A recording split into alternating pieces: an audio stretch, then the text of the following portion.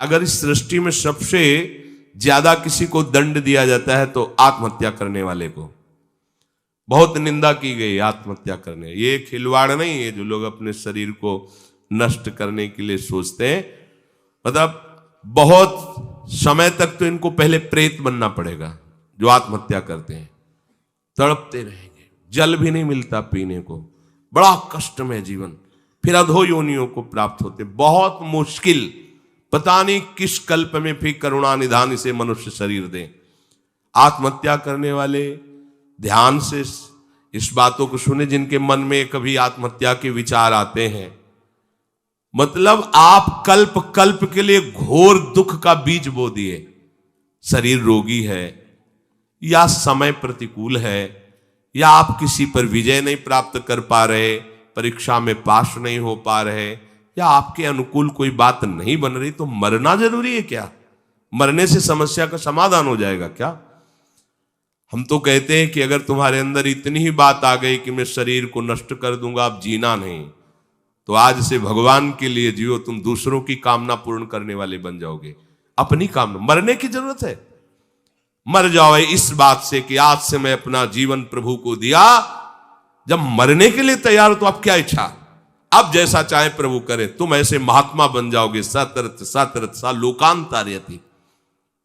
अगर आत्महत्या की तो आप दुर्गति को समझ लीजिए, भयानक प्रेत योनि, जहां स्वेच्छा से आप जल भी नहीं पी सकते, भले नदी किनारे रहिए, स्वेच्छा से, और भयंकर जलन, अशांति, एक जगह चैन से नहीं रह सकता।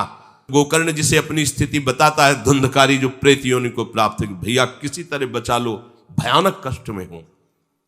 यह आत्महत्या करने से समस्त दैवी शक्तियां उससे नाराज हो जाती हैं। तुम्हें जीवन मिला है दुख से लड़ने का, ऐसे अच्छे काम करो, ऐसे भजन करो, तुम्हारा मंगल हो जाए।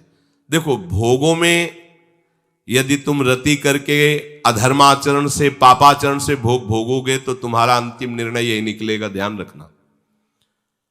जब तुम धर्म विरुद्ध आचरण करोगे, जैसे कोई कहता है कि अभी तो छोटा बच्चा ही था, उसने कौन से पापाचरण किए, अभी तो 14-15 वर्ष का था, परीक्षा में ऐसा ऐसा क्या। तो भैया, एक जन्म का हिसाब नहीं चल रहा है, बहुत जन्मों का हिसाब चल रहा है।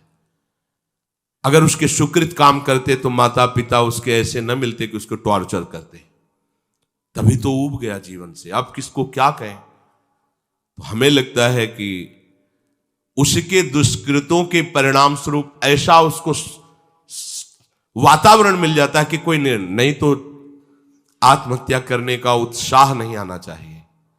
हमें लगता है माता पिता को चाहिए कि अपने बच्चों से ऐसे मित्रता का व्यवहार करें कि उनके दुष्कृत नाश करने वाली भावना हृदय में जागृत हो, ना कि शरीर छोड़ने वाली। कोई बात नहीं, अगर इस बार फेल हो गए हो ना, हम तुम्हें और अच्छा ट्यूशन पढ़ाएंगे।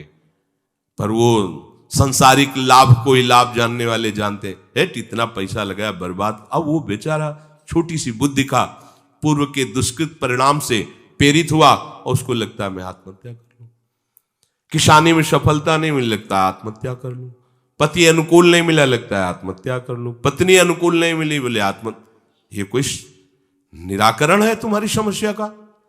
समस्या का निराकरण तो विवेक से होता है। आप भगवान का आश्रय लेकर के भजन करते हुए फिर विचार कीजिए तो आपको रास्ता मिल जाएगा। पर जो रास्ता देने वाले प्रभु है उनसे तो आप विमुख हो चुके हैं, गंदे आचरण कर रहे हैं, मन में आध्यात्मिक शक्ति नहीं रह गई, बस वही निर्णय देने लगता है कि क्या करूं, इससे तो जीना ठीक नहीं है।